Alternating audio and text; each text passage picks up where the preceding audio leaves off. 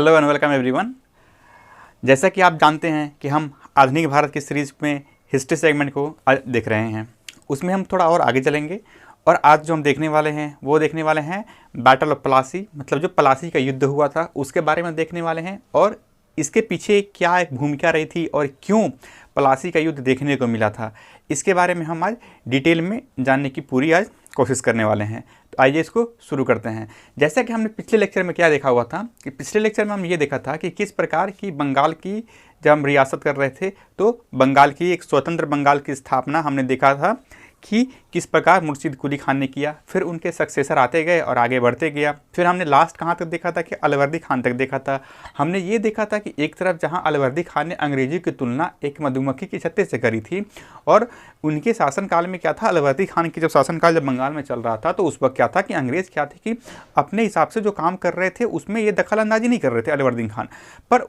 और इनको मैं बताया भी था हमने कि हाँ इसमें होता कि वो जो कि वो मधुमक्खी के छत्ते से तुलना करी थी, तो इनका ये कहना था कि अगर हम अंग्रेज़ों को छेड़छाड़ नहीं करेंगे और कुछ उनके साथ मतलब बदतमीजी या जो कुछ नहीं करते हैं उनके शासनकाल या उनके तरीक़ों से, तो हम मतलब सही रहेंगे। पर अगर हम कुछ करते हैं, उनके दखल अंदाजी करेंगे उनके काम में, तो वो हमें नुकसान पहुँचा सकते हैं। परंतु जो इसके सक्सेसर हुए, ठीक है, जो इसके सक्सेसर मतलब ग्रैंड सन हुए सिराजुद्दौला हुए थे अलवर्दी खान के। अलवर्दी खान के जो ग्रैंड सन हुए सिराजुद्दौला हुए, ये अपने एंसेस्टर के बिल्कुल ऑपोजिट थे। ये इनका ये कहना था कि नहीं हम अंग्रेज़ों को उंगली करेंगे। इनका ये नहीं कहा था कि ये चूँकि इनके जो एंसेस्टर थे उन्होंने तो मधुमक्खी के छत्ते से उनकी तुलना कर दी थी, पर ये कहते नहीं हम अंग्रेज़ों के साथ नहीं करेंगे। हम अंग्रेज़ों को डिसीजन अगर वो हमारे आंतरिक मामले में, हमारे अगर राजनीतिक मामलों में अगर दखल अंदाजी करते हैं अंग्रेज़, तो हम उसमें हस्तक्षेप करेंगे और उनको हम रोकेंगे भी। यही कारण क्या हुआ, चूँकि एक तरफ पे जहाँ क्या था कि अलवर्दी खान के शासनकाल में कलकत्ता की किलेबंदी के प्रस्ताव था तो उसको एक तरह से मंजूरी से मिल गई थी और वो करना चाहते थे। परंतु क्या हुआ कि जब अब जाहिर सी बात है उस वक्त क्या था कि मुख्यतः जब ये सारी घटनाएं चल रही थी मतलब कि 1757-56 के आसपास में, तो उस वक्त दो यूरोपियन कंपनी भारत में एग्जिस्ट कर रही थी। एक थी फ्रांसीसी कंपनियां, दूसरी थी अंग्रेजी कंपनियां। जो फ्रांसीसी कंपनियां थी उनका जो हेडक्वार्टर था, जो ऑपरेटिंग का जो रेंज था, वो था चंद्रनगर के एरिया में पड़ता था। और जो ये बंगाल के जो बाकी हिस्से थे, चूँकि वो नवाब के क्षेत्र के अंदर आते थे, जहाँ पे ये सिराजुद्दौला थे या फिर जो अलवर्दी खान थे ये आते थे इसके रीजन काल में, और तो बाकी का जो क्षेत्र रहता था ये कौन काम करता था, जैसे कासिम बाजार का क्षेत्र हो गया, तो ये कौन करता था, ये इस पर अंग्रेज़ों का दबदबा, अंग्रेज़ों का उसमें शासनकाल चलता था। तो जो चंद्रनगर का क्षेत्र था ये फ्रांसीसी चलाते थे, जो कासिम बाजार का क्षेत्र था वो कौन चलाते थे, ये अंग्रेज चलाते थे। यही कारण क्या हुआ कि जब सिराजुद्दौला की जो शासनकाल शुरुआत हुआ वो 1756 से लेकर के 1757 महज 1 सालों तक ही शासनकाल पे रहे थे। नवाब एज ए नवाब बन के वहाँ पर रहे थे। इनके शासनकाल में क्या हुआ, अंग्रेज़ जो थे वो कलकत्ता की किलेबंदी करना चाहते थे पर इन्होंने मना कर दिया। तो यही लिखा है मैंने कि कोलकाता में किलेबंदी की मनाही की। परंतु इससे क्या था कि फ्रांसीसियों ने क्या तो बात मान गए, दरअसल वो माने नहीं, क्योंकि हुआ क्या था कि जो ये एंग्लो फ्रांसिस जो नॉट एंग्लो फ्रांसीसी बट जो कर्नाटक युद्ध जो देखने को मिले थे हमें, उनमें हमने क्या देखा था कि कर्नाटक युद्ध के दौरान इनकी फ्रांसीसियों की बुरी तरह से हार हो गई थी। तो उनका एक पलड़ा तो काफ़ी तरह से देखा जाए तो वो कमज़ोर पड़ गया था। फ्रांसीसियों का जो पलड़ा था वो पिछली लड़ाइयों की वजह से कमज़ोर पड़ गया था, तो इसलिए उनको बंगाल के नवाब के बात मानने के अलावा कोई ऑप्शन भी नहीं था। परंतु अंग्रेज़ों ने इसको बात को नहीं माना। उन्होंने क्या, नहीं भाई हम तो किलेबंदी करेंगे कलकत्ता की, और इन्होंने किलेबंदी करी। तो इससे हुआ क्या कि इससे गुस्सा होकर सिराजुद्दौला ने 1756 में क्या किया कि कासिम बाजार का जो क्षेत्र था बंगाल में, वहाँ पे इसने आक्रमण कर दिया और वहाँ पे सिराजुद्दौला ने अपने सैन्य शक्ति की मदद से क्या किया, अंग्रेज़ों को वहाँ पे परास्त कर दिया और अंग्रेज़ जो थे वहाँ से भागते हैं। और जिस प्रकार क्या हुआ था कि औरंगजेब के शासनकाल में जब किलेबंदी करी थी और रूल्स तोड़े थे, वहाँ के लोगों को प्रताड़ित किया था, तो अंग्रेज़ों को औरंगजेब ने क्या भी तो मतलब खदेड़ दिया था, कहा जाता है कि बंगाल से, और वो जाके कहाँ छुपे थे, फीवर द्वीप में छुपे हुए थे। और वहाँ पे फिर क्या हुआ, एक रिप्रेजेंटेटिव आए थे जॉब चार्मक, जिन्होंने औरंगजेब से माफ़ी मांगी, फिर ये वापस आए। और यहीं क्या हुआ कि सिराजुद्दौला ने भी क्या किया कि यहीं अपना यहाँ इस कासिम बाजार के पे जब अटैक किया इसने, तो वहाँ पे क्या किया, कासिम बाजार को सिराजुद्दौला ने अटैक किया, उस पर कब्जा कर लिया और साथ ही साथ फोर्ट विलियम का जो किला था जो 1700 में बनाया गया था उस पर भी इसने कब्जा किया। कब किया, 20 जून 1756 में ये कब्जा किया। और अंग्रेज फिर क्या किए कि भाग कर फिर क्या करें, फुल्टा द्वीप में जाकर के छिप जाते हैं, क्योंकि जो बंगाल का जो एरिया है वो पानी से घिरा हुआ थोड़ा एरिया है, और जो इनकी जो नाविक शक्तियाँ थी अंग्रेजों के पास ये सबसे बेहतर हुआ करती थी। तो जब भी कुछ अनबन या कुछ होता था तो ये भाग कर कहाँ जाते थे, ये मतलब समुद्री मार्ग को अपना करके किसी द्वीप पर जा के छिप जाते थे। और चूंकि जो सिराजुद्दौला था, इसको क्या लगता था कि जिस प्रकार पिछली बार जो अंग्रेज थे वो माफ़ी मांगने आए थे औरंगजेब से, तो उन्हें अलाउ किया था, तो इसमें क्या था कि बोलते हैं ना कि अपने दुश्मन को कम आंक लिया इसने, सिराजुद्दौला ने, और यही गलती हुई सिराजुद्दौला की, सबसे जब बहुत बड़ी गलती करी इसने। तो वहाँ पे क्या हुआ कि जो सिराजुद्दौला था, ये बंगाल का क्षेत्र जो था जीतने के बाद क्या किया सिराजुद्दौला ने कि अपना जो एक अधिकारी था जिसका नाम क्या बताया गया था इसमें कि उसके नाम था ये मानिकचंद। मानिकचंद था, इसको क्या किया सिराजुद्दौला ने, उस पूरे क्षेत्र का कलकत्ते का एक अधिकारी नियुक्त करके, और ये खुद छुट्टी मनाने चला गया। थोड़ा रिलैक्स हो गया, छुट्टी मनाने का मतलब हो गया कि ये इसने अपने दुश्मनों को कम आंका और थोड़ा ये रिलैक्स फील करने लग गया। परंतु होता क्या है कि इसी दौरान जो अंग्रेजी शासनकाल में कौन सा था, सबसे जो बोलते हैं जो पहला गवर्नर भी बन के आया, बट गवर्नर की पद तो बाद में शुरुआत की गई थी। इससे पहले क्या था, एक नाम आता है जो अंग्रेजों में रॉबर्ट क्लाइव का नाम। उसने क्या किया, रॉबर्ट क्लाइव ने इस घटना से वो बहुत ज़्यादा डिस्टर्ब और बहुत ज़्यादा गुस्से में आ गया। उसने एक दूसरे अंग्रेजी अधिकारी जिसका नाम था, उसमें एडमिरल के पोस्ट पे थे, उनका नाम था एडमिरल वाटसन नाम का था। रॉबर्ट क्लाइव और एडमिरल वाटसन ने क्या किया कि यहाँ पे इस क्या करते हैं कि वो मिलते हैं और सिराजुद्दौला पे आक्रमण करते हैं। परंतु इस आक्रमण से पहले एक घटना हुई थी कि जब ये फुल्टा द्वीप में जब जाके छिपे ना, तो और सिराजुद्दौला ने जब इन पे आक्रमण किया था, तो इतिहास में घटना देखने को मिलती है जिसको जानते हैं हम काल कोठरी की घटना के नाम से जानते हैं। इस काल कोठरी की घटना को एक अंग्रेजी थे जिनका नाम था जॉर्ज हॉलवेल, इन्होंने एक बताया क्या है कि इतिहास में ना, चूँकि हमें जानना जरूरी है कि काल कोठरी की घटना किसने दी थी, किसके खिलाफ दी थी, और इस घटना में हुआ क्या था, थोड़ा सा हमें जानने की ज़रूरत होती है, क्योंकि ये कि बुकिश नॉलेज है, एक किताबी नॉलेज है, ठीक है। ये घटना हुई थी या नहीं हुई थी, इसकी सच्चाई पूरी तरह से पता नहीं है हमें, क्योंकि कुछ लोग कहते हैं, कुछ इतिहासकार ये मानते हैं कि थोड़ा बढ़ा चढ़ा के बताया गया है। अब इसमें हुआ क्या था इस घटना में, इसमें बताया गया कि जॉर्ज जो हॉलवेल थे उसमें कहा गया कि इससे घटना जब कासिम बाजार पे जब सिराजुद्दौला ने आक्रमण किया तो उसने क्या किया, इतना क्रूर स्वभाव था कि उसने अंग्रेजों को बंदी बनाया। उसने कहा कि उसने 146 अंग्रेजों को बंदी बनाया और उसको 14/18 की कोठरी में बंद कर दिया था। और जब कोठरी कुछ समय बाद जब खोली गई तो उसमें से महज 23 लोग जिंदा बचे थे। उस 23 लोगों में से एक थे जॉर्ज हॉलवेल।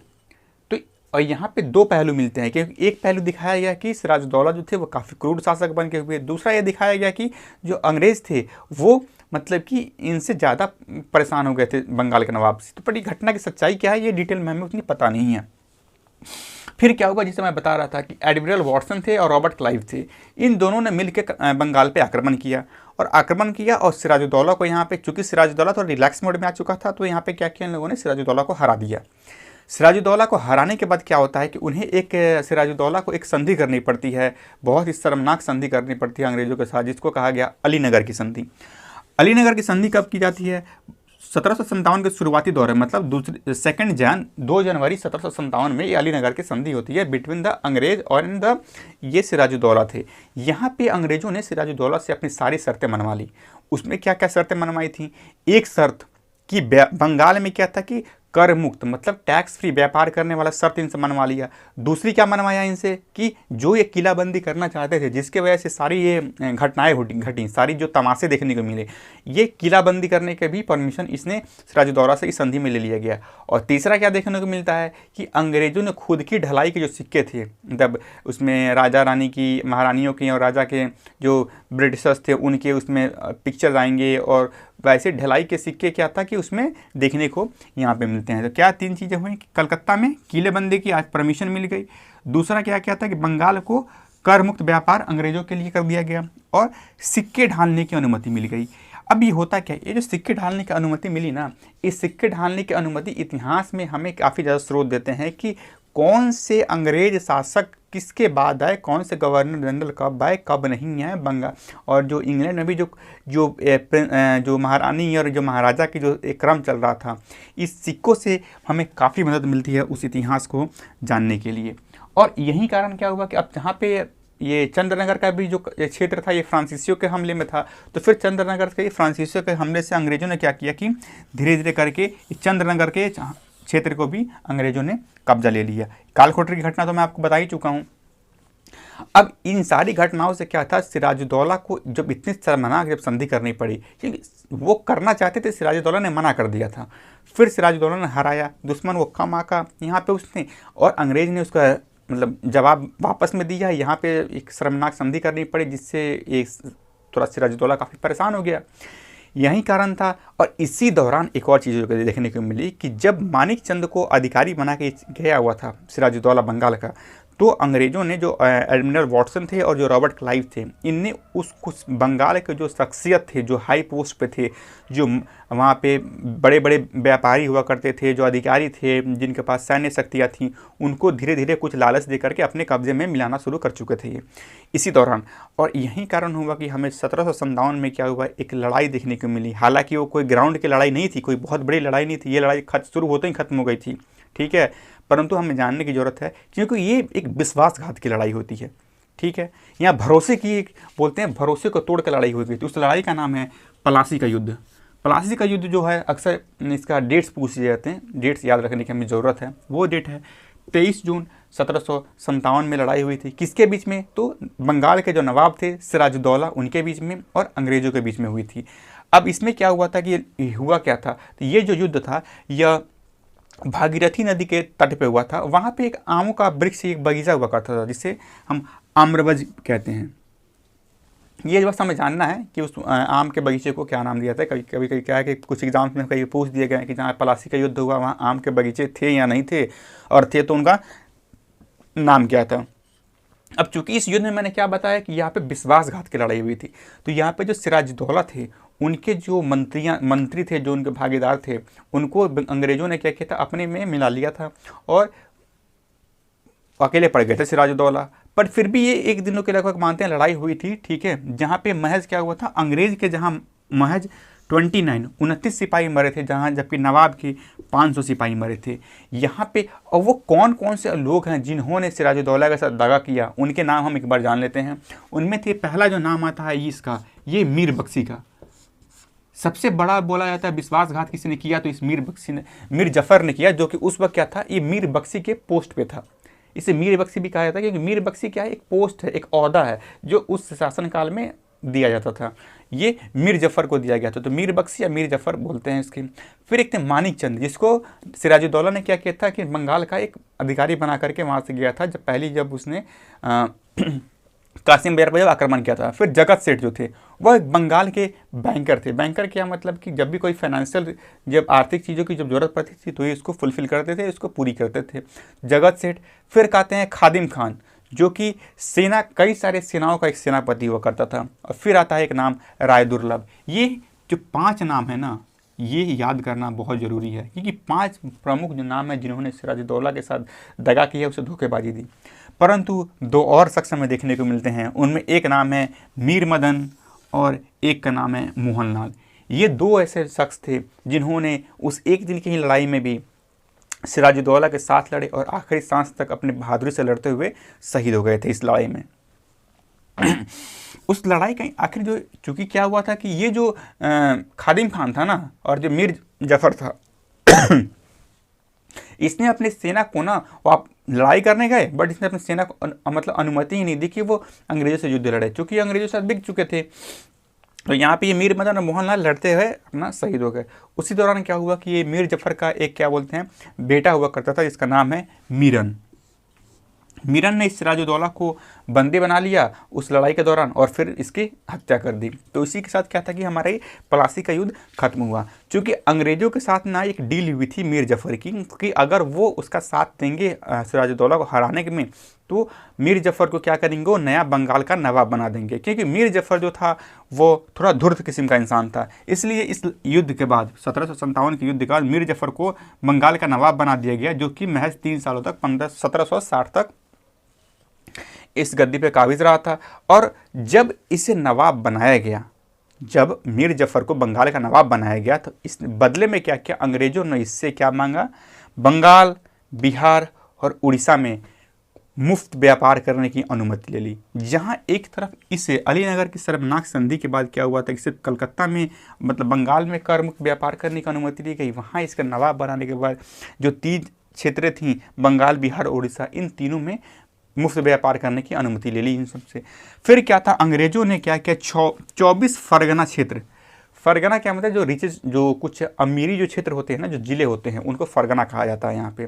तो 24 क्षेत्र जो कि थोड़ा समृद्ध और मतलब वेल सेटल्ड जो एरिया हुआ करते थे, 24 क्षेत्रों को इस मीर जफ़र से क्या किया, अंग्रेजों ने ले लिया।